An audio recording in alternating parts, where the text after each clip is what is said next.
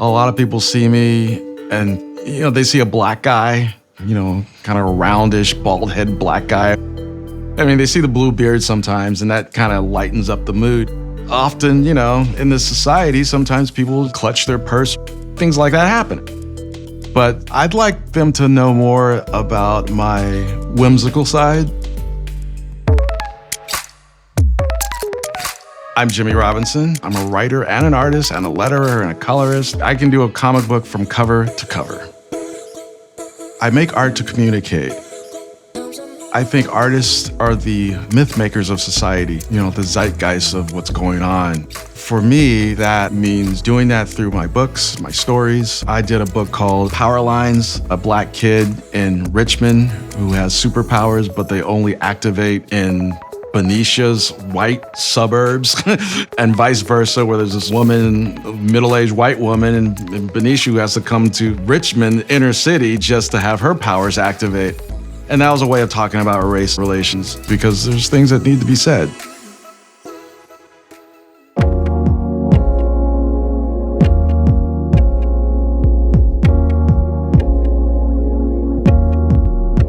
Oakland Kids First is an organization that really seeks to amplify the voice and power of young people in Oakland.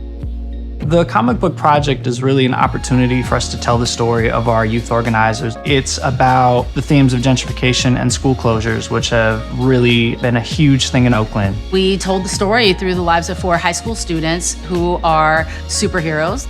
So we put a call out to the community to see who could be our artist. I'm like, hey, I'm from Oakland, 40 plus years born and raised there. I'm like, hey, I want to get in on that. I met up with our writer and he asked me, he's like, who have you been getting submissions from? And so when I mentioned Jimmie's name, he just said, stop right there. You found your artist.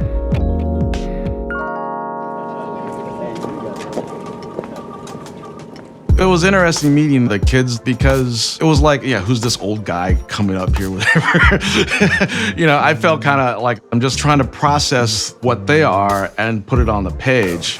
This is you over here winning in the court.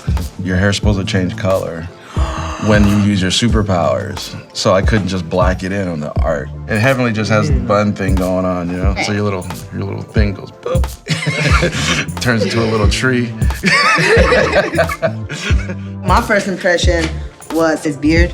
I'm all like, oh, I like that beard. It's like, it's not like if it's the whole thing is just right here. I'm all like, I might do that. I might want to do that. Overall, he's just like a dope person. I love his drawings. The first thing I seen when I look at the pictures was my unibrow. And I was like, okay, so you got the unibrow, you got my glasses, we good?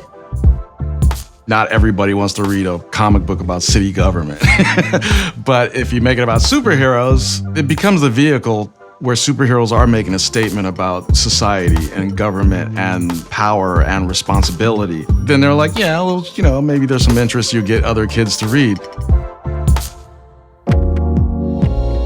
There's a lot of experiences that they wanted to bring to this story, real life experiences. My house caught on fire during freshman year. And so the whole recovery, calling a bunch of shelters. And my mom was like, what, can I not bring my daughter? And they were like, no, she's too old. That reminds me of the actual tree that was in front of my house, my old house.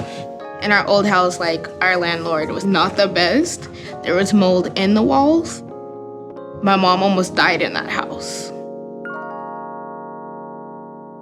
This project has a lot of issues I think we need to be talking about right now. Problem solving, working with city government, and about the youth doing it. Some people leave it up to those already in power and not realizing that they themselves have a voice. The students that we're working with and are featured in this comic book are dealing with displacement and school closure. And this story is really them taking on those issues head on, organizing their peers, utilizing their newfound superpowers to stay in Oakland and to find a way to claim space in a world that wants to push them out.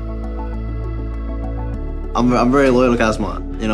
Once a night, always a night. My aunt went here, my older sister went here. Cosmont was facing foreclosure, and if it was to close down, I'll just be heartbroken. I feel like if you read this comic book, you're gonna be empowered to join, to chip in, to put your word in, to be like, oh, if they go into the city, I'm going to the city too. The kids that this book's inspired by, you're basically looking at the future. It's really heartwarming in one way. I'm concerned about the future for this generation and beyond. Is art my superpower? No. Drawing is great.